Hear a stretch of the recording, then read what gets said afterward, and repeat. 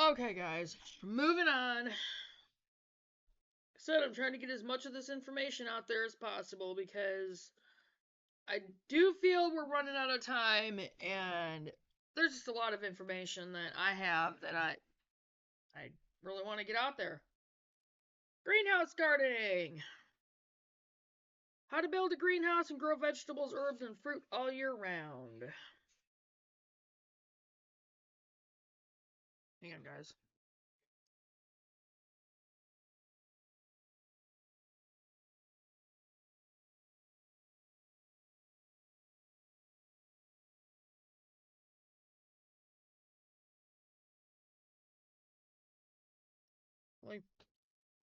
Well, now I need a new one. I broke it. What? Toothpick. Oh.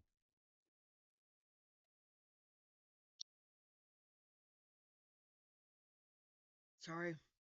I'm eating cabbage salad. It always gets stuck in my teeth. Alright. So here we go. Intro to greenhouse gardening. Here we go. Greenhouse gardening is a rewarding way to grow your own vegetables, herbs, and fruits, and one that I hope you will enjoy as much as I do. I've never done it because I've never had a greenhouse, but, excuse me, with the exception of the 1 year that I got stupid and bought one of the flimsy ones, which I'm not doing. We're building ours and making it permanent.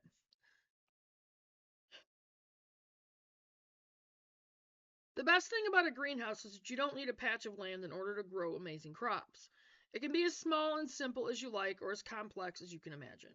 By definition, a greenhouse is a structure within which you grow plants. It consists of a frame covered by a transparent glazing, such as glass or plastic sheeting. Greenhouses use the sun to create a warm, beneficial growing environment.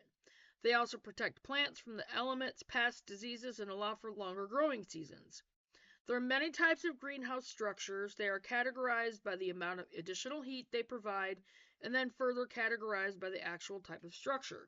Now, there's also a way that you can use hot compost beds in your greenhouse to actually heat your greenhouse in the wintertime. Check out Dirtpatcheaven.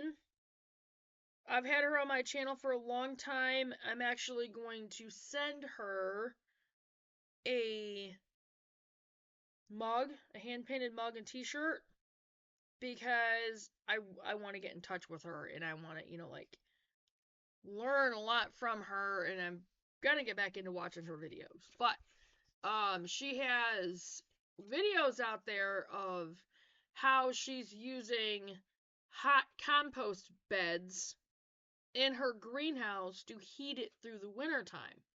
So she doesn't have to worry about a heater or a wood stove in there or something like that. And I do believe I'm gonna follow suit on that one.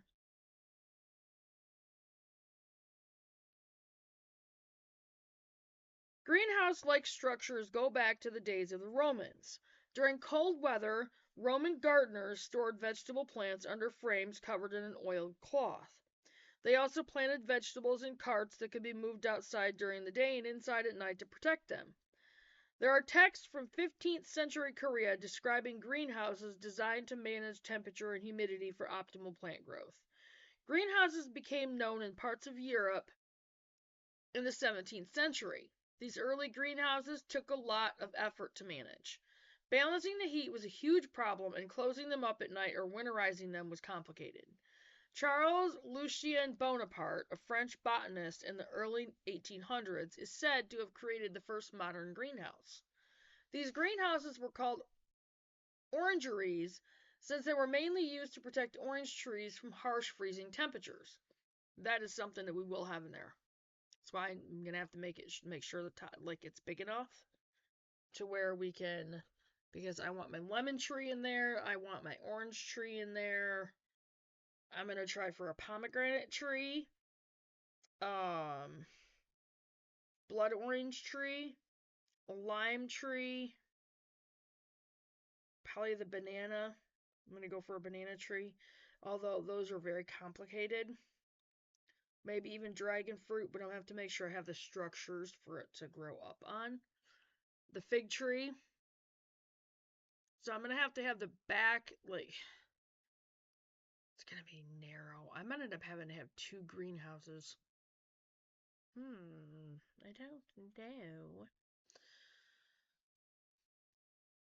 I'm going to have to figure that one out. Because I might end up having to do... I guess it just depends.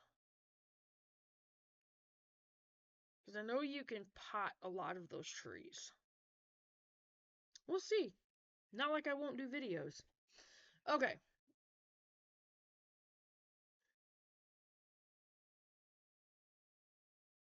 Greenhouse design continued to develop during the 17th century in Europe, but the Victorian era is when they really began to take off. They were often elaborate structures built for the wealthy to showcase their gardens. Hang on, guys.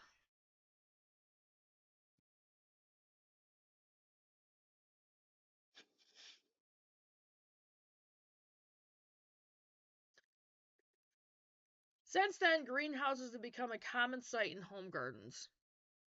Their size, design, shape, and function have changed and adapted through the years, and still today there are new innovations for better, more efficient, and effective greenhouses.